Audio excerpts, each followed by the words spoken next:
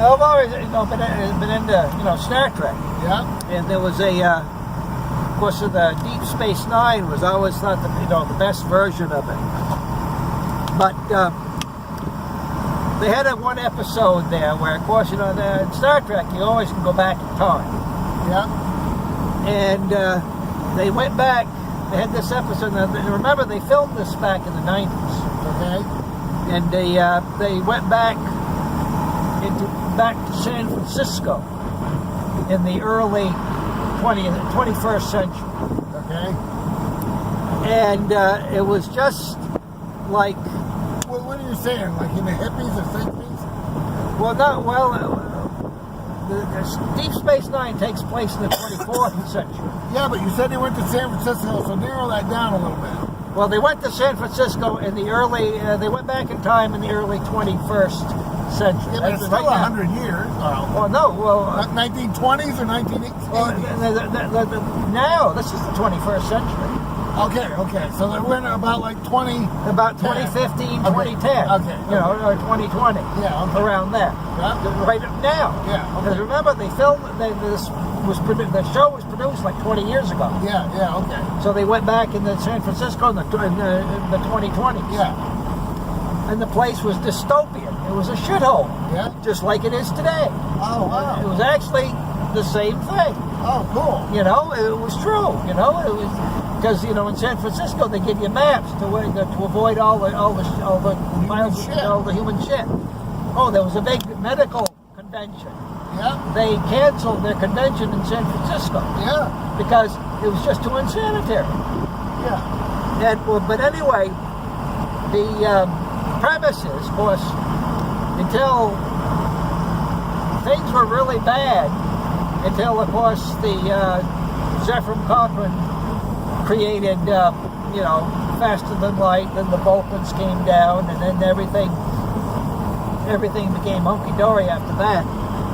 But they never seemed to, they seemed to like to imply, like Republicans were in charge, but that's not the case. Yeah. San Francisco is a shithole. Most cities are shitholes. Yeah, they're operated by Democrats. And they've been run by Democrats for like half a century. Yeah. They never seem to imply that. Nope.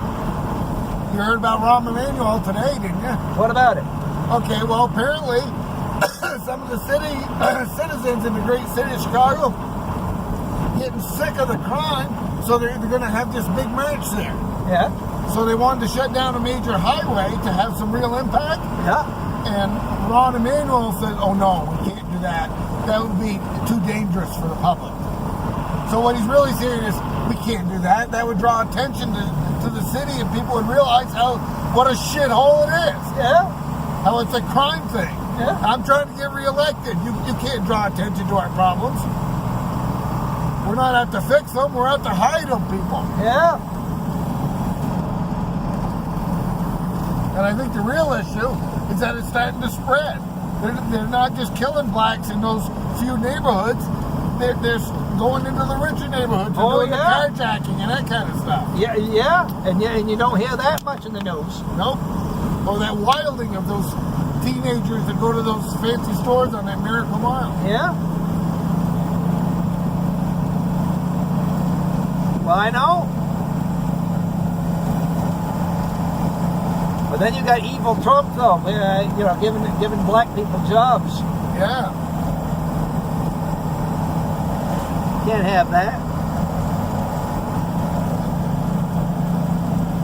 Give black people jobs, and they start paying taxes, and then all of a sudden they realize maybe they've been paying too much in tax. Yeah.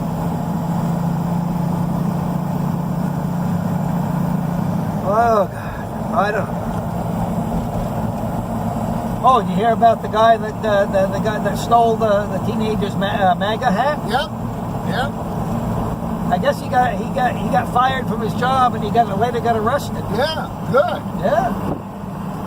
I mean, the libs have just gone outrageous now that they've lost power and they're losing control and just gone insane. Yeah. That Maxine Waters, that's crazy what she's doing. Attack these people. Yeah. Attack them. Attack who? Yeah. Attack the good people of the country with liberals, idiots. Yeah. Well, another thing, the newspapers. You know that attack on that newspaper in Maryland. Well, they tried to, of course, lay that on on Republicans or on Trump.